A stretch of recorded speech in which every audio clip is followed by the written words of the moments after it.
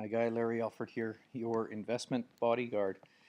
This image is my interpretation of how the investment regulators operate in Canada. And when you find out, and the US, the self-regulators, when you find out who pays them, you'll understand. Here's a quick video. Regulators call for more research before tackling mutual fund fees. That's from today's Financial Post, Barb Schechter, April 7th. And they're calling for more studies before they can determine whether a crackdown is needed. And I think the studies are already in. Here's the Ambassadeur letter, University of Toronto pension governance expert. He said in 2007 there's a $25 billion haircut. Approximately 3.8% a year is what retail investors in Canada are being gouged by the asymmetry of information, the lack of information the customer has, and the power and quantity of information that the investors have or the dealers have versus the customers.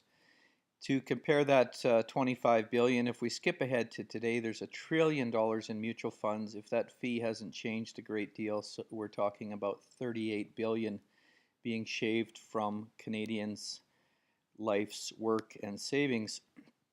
In comparison, a cost of crime in Canada from the Justice Department, Department of Justice Canada, puts this number to it. Total tangible social and economic costs of criminal code offenses, 31 billion in Canada, 2008. So we're approaching the same amount of costs from economic crime of just skimming people's mutual funds as the cost of every other crime in the country. I've posted these sources and links on this investment site, Get Your Money Back. Investoradvocates.ca, Securities Industry Crime Unit, solutions there.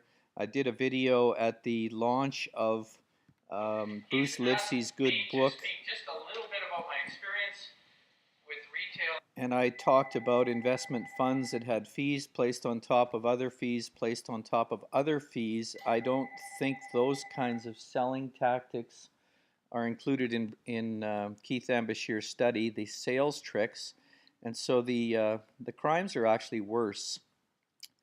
Stealing Billions, the Perfect Crime. Here's another link presentation, a little longer, 32 minutes. I made this to Southern Alberta Council of Public Affairs. And it outlines how I get, my numbers get to closer to 50 billion a year. And join me on investment system fraud and small investor protection on Facebook, and we'll keep in touch with this kind of stuff. National Post isn't going to let me post a comment like this on their newspaper site, so really just take the information that's good and go elsewhere with it. Go to Twitter and join me there. I'm at Recovered Broker, called otherwise the Investment Bodyguard, and I really like to find places where the news is freely shared and not censored as it is in Canada. Thanks.